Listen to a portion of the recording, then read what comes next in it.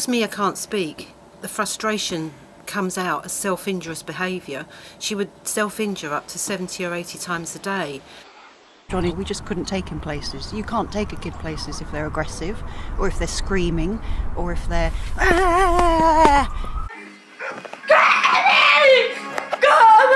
Beyond Autism has found a way into Mia's problem, and they've been able to make her communicate, and the self-harming is still there, but now it's only 10 times a day. So the improvement is just unbelievable.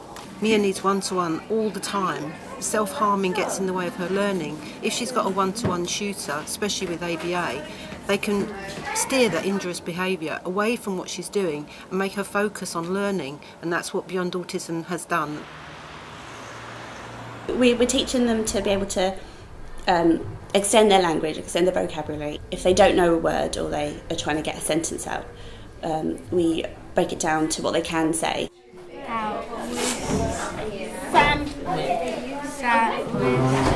then once that's kind of done, then add other words in to form a sentence or a short phrase. Articles have a photograph and a sentence explaining the photograph. Sometimes articles have a photograph. Chris was introduced to the school about 2 years ago through a friend of mine who has an autistic son here. Just in those 2 years, some of these children I met back then, the difference in their, the way they can interact with each other and with staff and with people like me who don't come in every day is incredible. Yay! The technique they use, a behavioural method, has taught him how to behave properly. We take him to the cinema, we take him to restaurants, whereas before it used to be, we can't do that because Johnny's going to kick off.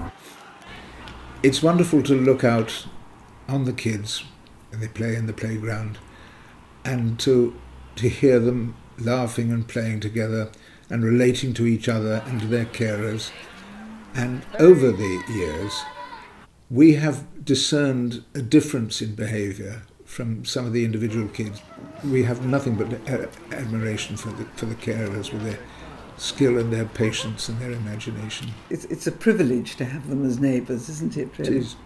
We throw a lot of balls and toys back over the garden wall, but that's all right. I just think the more autistic kids that get this method of education, the better.